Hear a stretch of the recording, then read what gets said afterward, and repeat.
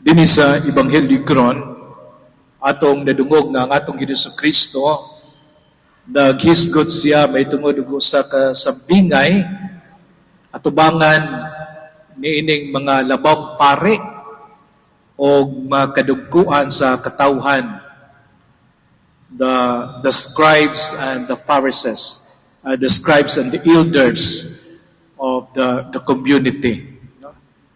Kining mga labang pare o kining mga kadagkuan, the elders in the community, mo kini ang giadresa ni Kristo sa maong sambingay nga diin sila maoy gitugyanan sa Ginoo sa parasan o sa simbahan o sa katawan sa Dios. No? Nga sila ang muugmad sa kinabuhi sa katawhan, sila ang muugmad usab sa pagtulunan nga Diyos noon ngadto sa katawhan. No? O ila kining palambuon diya sa kinabuhi sa katawhan. Apan luyo sa ilang pagkapinayalan, luyo sa ilang pagkatindigyanan sa tag-iya nga mao ang Ginoo mismo, ang nakaparat makaigsunan kay ilang gilantaw lamang ang ilahang kaugalingon nga interests diha sa ilahang pag-take care sa parasan, pag-take care nila sa katawhan. No?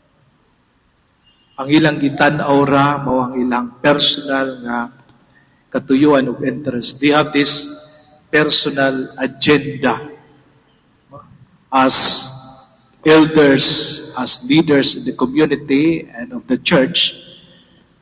Still naghimo sila og dili maayo ngadto sa katawan nga gipiyal sa Ginoo ngadto kanila. Madto pa din sa Ebanghelyo karon atong nadungog nga pipila kanila nga gipadala sa tag-iya sa parasan, gipamunalan, pipila kanila gipatay, ipakaulawan. With all the prophets and the messengers of God being sent to them, wala sila'y pagtahod o pagdawat kanila. So, nasayod kita nga there were a lot of prophets, messengers of God, instruments of God in the community, ilang gipamatay. Wala sila mutuo, mudawat sa mensahe nga gisabwag ngadto kanila. Ug mao sab kini ang naitabo, even the time of our Lord Jesus Christ. Sa dihang si Kristo na ang ipadala sa langitong amahan ngadto sa katawhan sa Dios, apan ang mga elders, leaders of the church and of the state wala midawat sa pagtulunan ni Kristo, wala midawat ni Kristo mismo. Mabitaw nga si Kristo gipatay, gilansang sa cross. And even up to now,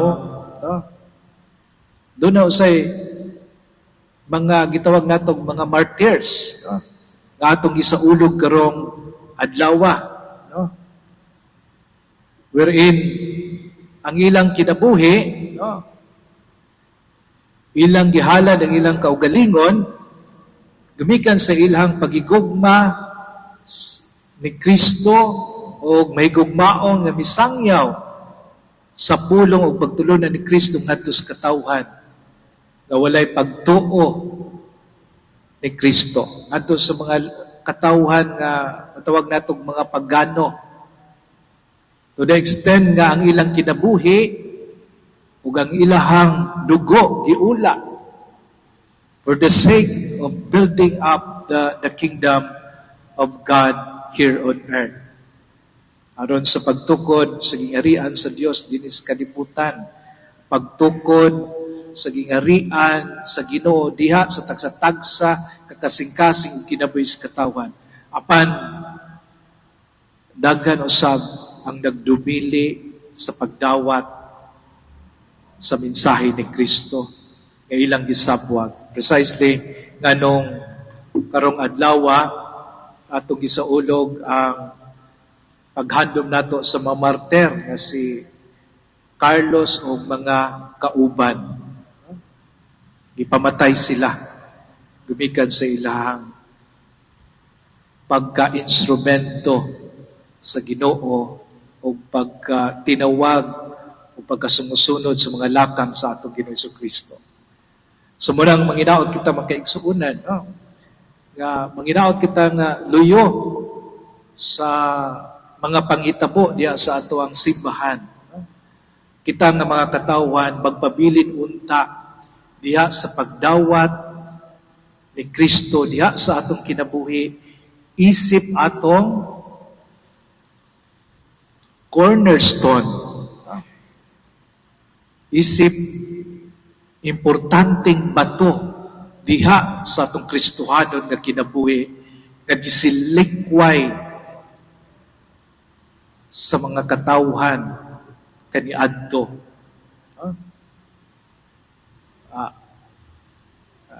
Din sa Ebanghelyo karon, di ba, gisgot man nga si Kristo nga ang bato nga gisalikway sa mga magtutukod. Kining mga magtutukod mo ning mga scribes and the elders of the community, the leaders of the church and of the state. No, diin ilang isalikway si Kristo because of their personal agenda. No, so muna nga diyan sa atong kinabuhi pagkaigsuunan, manginaot kita nga dili nato isalikway si Kristo, atong dawaton si Kristo. Kay siya ang bato nga gisalikway sa mga magtutukod ay nahimong importanteng bato diha sa atong adlaw-adlaw nga pagkinabuhi.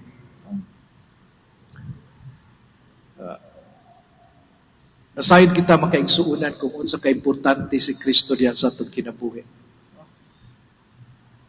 Mabitaw nga diha sa atong tagsa-tagsa kaugaling, padayon kita sa pagsimba, pag-ampo, atos Ginoo. Because God is so important in our daily lives. In all our undertakings in life, we need Jesus. For us to become firm and strong to face the challenges of our lives that we are confronted with. Nagkinahanglan ta sa panabang ni Kristo. Nagkinahanglan ta sa Ginoo diha sa atong kinabuhi. So muna nga, manginaot kita nga nining ato ang pagsaulog sa Santos nga Misa atol ni ining paghandom nato sa mga martyrs Carlos ug mga kauban. Manginaot kita nga padayon kita sa pagmantala sa ato ang pagtuo pinagi sa atong mga pulong o buhat. Mo'y magdala kanato o sa uban adto sa kaluwasan. Amen. Palihog manindog ang tanan ug atong imuon karon ang